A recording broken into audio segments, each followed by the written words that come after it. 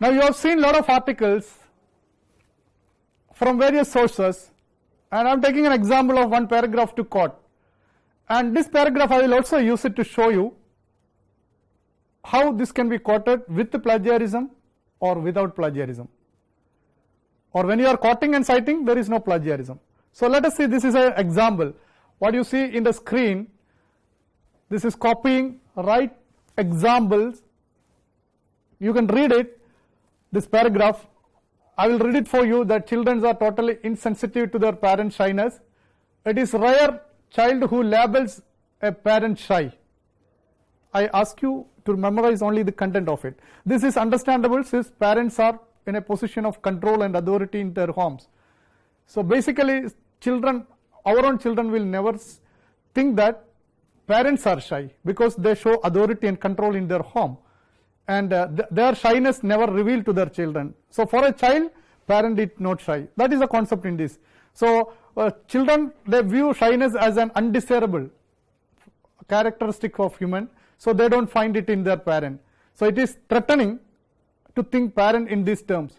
At this young age, parent is still idolized as, even when you are a small child, your parent you idolize are, they know all, they are very powerful, and they are not dumb, ugly, weak. Just keep these three words there, not dumb, ugly, weak. Now you got the concept of this paragraph. Now if you are taking it, put a quotation mark, bracket you put name and the year, and in citation you give the details as it is, shyness, what is to do, and where it is published and which book, even page number which was missing, which also can be added. This is the right example of using a quotation mark along with its citation in. Now there is no plagiarism. Now in the previous paragraph we have seen it is pretty straightforward. The writer has copied it word by word and they have acknowledged. In case the author forget to acknowledge Zimbardo's work, the writer has committed plagiarism. So he forgot to mention that too, and lead to plagiarism. Instead of paraphrasing, patchwork is done on the sentence. So this is a second most popular form of plagiarism. This occurs when plagiarist borrows the text without putting phrase in quotation mark or citing the author. So I'll give an example. This is the patchwork. I take first sentence and try to give. The first one is, children are insensitive to their parents' shyness. That is the original author. Now, as a writer, I change the words with the exact meaning, but with regard to children, they are totally insensitive to their parents' shyness. Both sentences seem to be entirely different, but if you look at the meaning of it, both are same. And the second sentence, it is rare a child who labels parent as shy. This is copied one, and the second line, rare is the child who labels a parent shy. So this is what is patchwork without citation.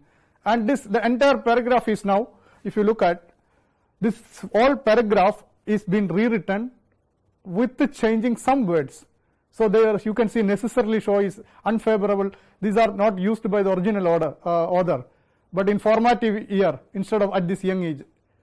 So it looked like it's a second new paragraph, but obviously if those who have read this article, they will feel that this is nothing but the copying of the same thing or changing some words. This is what is called patchwork. Here also, now there is no quotation mark in the second paragraph, and you have already seen how plagiarism is appearing once you forget to cite the author. The other method is that the writer intentionally tried to change the word. That is what is called patchwork plagiarism.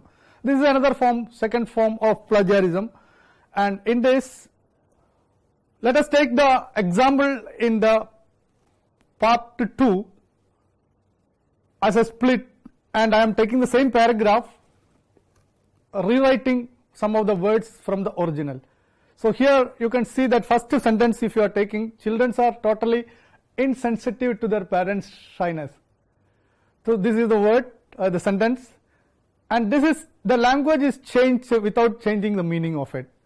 It started with regard to children, they are totally. And the second line, it is rare child labels a parent shy. and I change it the words, rare is the child who labels parent shy. Meaning is same, even though it is changed. Then similarly, I can take the entire sentence and change some words. It looks very funny, no? And you will feel that this is a new text now. But there are a lot of changes happening in between to make it feel that the original text is different and new is different. That I have already covered what is the new addition necessarily show, unfavorable in that during, and see that the language at this young age used, which is now using us during the format years. So this is the patchwork kind of work on the original work without citation, without citing I am telling. Now if the author has put the passage in the color etc. and added a citation, and there is absolutely fine, there is, he's been safe, no plagiarism. But without quoting the author's name, it gives the author has committed absolutely plagiarism in his article. Then that is why the third type is now patchwork is over, original citation and copying is over. Now last one is paraphrasing. Paraphrasing is like, this is an example of paraphrasing. This is the original paragraph which I have shown, and if you have changed the in this way, I have used some of the words, removed some of the words from the original. The children are completely inserted because parents are the authority, and instead of that last word, if you have noticed, dumb, that all been changed here. Here it is becoming not stupid, unattractive, pathetic. So active voice to passive voice to active voice kind of situation. Otherwise, synonym submissions for words. But this is somewhere it is allowed to paraphrase the original work. But provided you refer to 2-3 articles, then take the content and put in your own words. Otherwise, kindly give, we are copying an idea, so kindly give the citation. And in this paragraph, used in footnote, parenthetical citation to acknowledge, he would have been very clear that he has not committed. But author act like the ideas are his own. If you see that it is author claims to be that the idea is his own and does not acknowledge the original author, then it is plagiarism. This is how to avoid plagiarism. Then there are something like unintentional plagiarism. Unintentional comes with, now we are quoting a lot of website. What happened if you are quoting the website wrongly? So if you quote or cite anything incorrect, that also lead into nowadays plagiarism. So the unintentional plagiarism comes that incorrect usage of another's work, whether you know it or unintentional or not, that could be taken for real plagiarism. So citation has to be very perfect and correct, core to the data validity and authentication of the titles, etc. Because we can't read others' mind. We don't know what you meant to do or what others meant to read and understand. So that is what is that, how to avoid plagiarism when you are trying to quote somebody. Now whether tool, up to this point we have discussed how to avoid it. Now even if after writing you feel that there is a chance of plagiarism because you might have forgotten something to cite, the tool will help you out. But the question whether tool can dictate 100% plagiarism or all tool can catch all plagiarism content from the world, the answer is no. There is no tool which is 100% perfect. But there are proofs that when we then somebody conducted a survey, 1 in every 3 editors, this is conducted by a survey by a anti-plagiarism agency, they felt that 1 in 3 editors comes across with plagiarism regularly in their article, that is copying of somebody's without citation. And 9 out of the 10 editors say, that is why still software is useful, say that software is effective.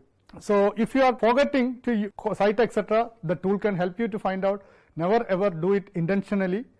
But a manual detection as such is very, very difficult because substantial effort and excellent memory is required for tracing the document, which generally a human being cannot have.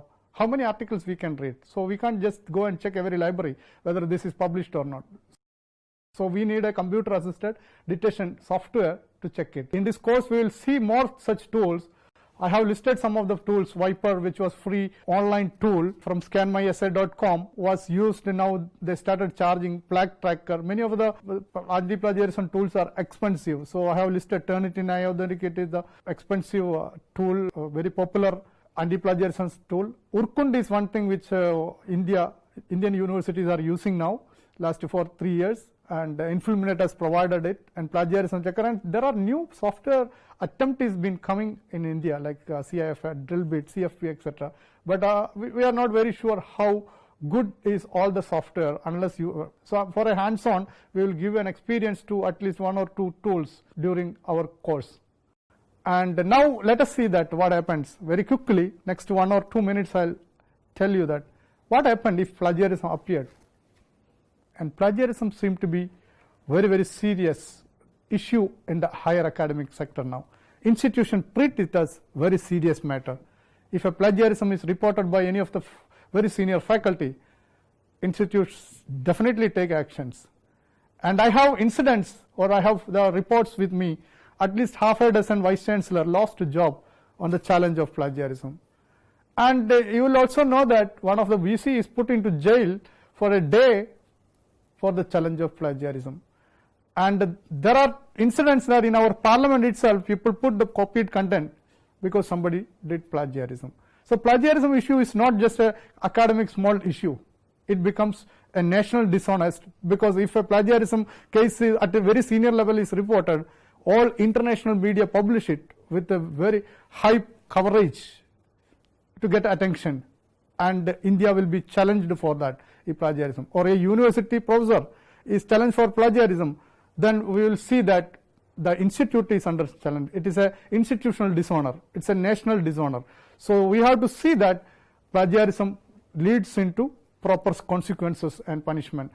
So we have to see that plagiarism leads into proper consequences and punishment.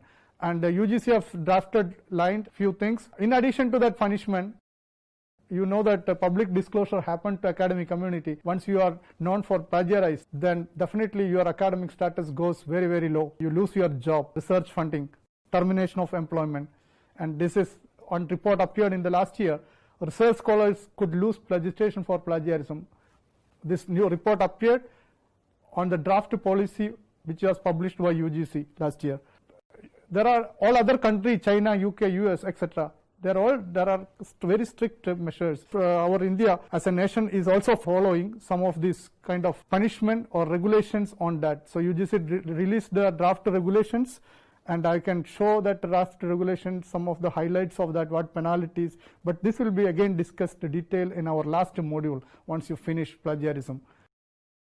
Penalty for faculty, students, when they are between 10 to 40 or 40 to 60, above 60, this may get changed again. But in as a normal policy, this appears. Certain level, it may be permitted. After certain level, the punishment depending upon the level.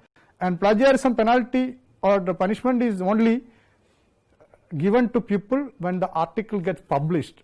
Before publishing, there is no penalty or punishment. You can still correct it. So after publishing an article, plagiarized content is there. These are some of the penalties. Now I'll just take you to some of the notifications to see to show you some glance of that what is appeared. And since you are doing a course on this, I would request you that kindly read such kind of notifications from UGC and national agencies. And this is applicable now not only for postgraduate or PhD students. It is a undergraduate, postgraduates, master, MPhil, PhD, faculty, and even staff member, academic staff member or employee of any higher education, they comes under this coverage of this kind of draft policy now. So most probably you have to be very careful when you are taking about it. And that's all in this second module. In a nutshell, how to avoid plagiarism, various way without affecting the content of the article. How can you write an article without plagiarism? So these all points we discussed, and also go through this video once again and try to catch up the main point. We will be giving some quizzes based on these 2 modules, and I request you keep tuned with our channel, and research ethics will be the next module coming, and that will be done in due course. Thank you very much. Have a good day.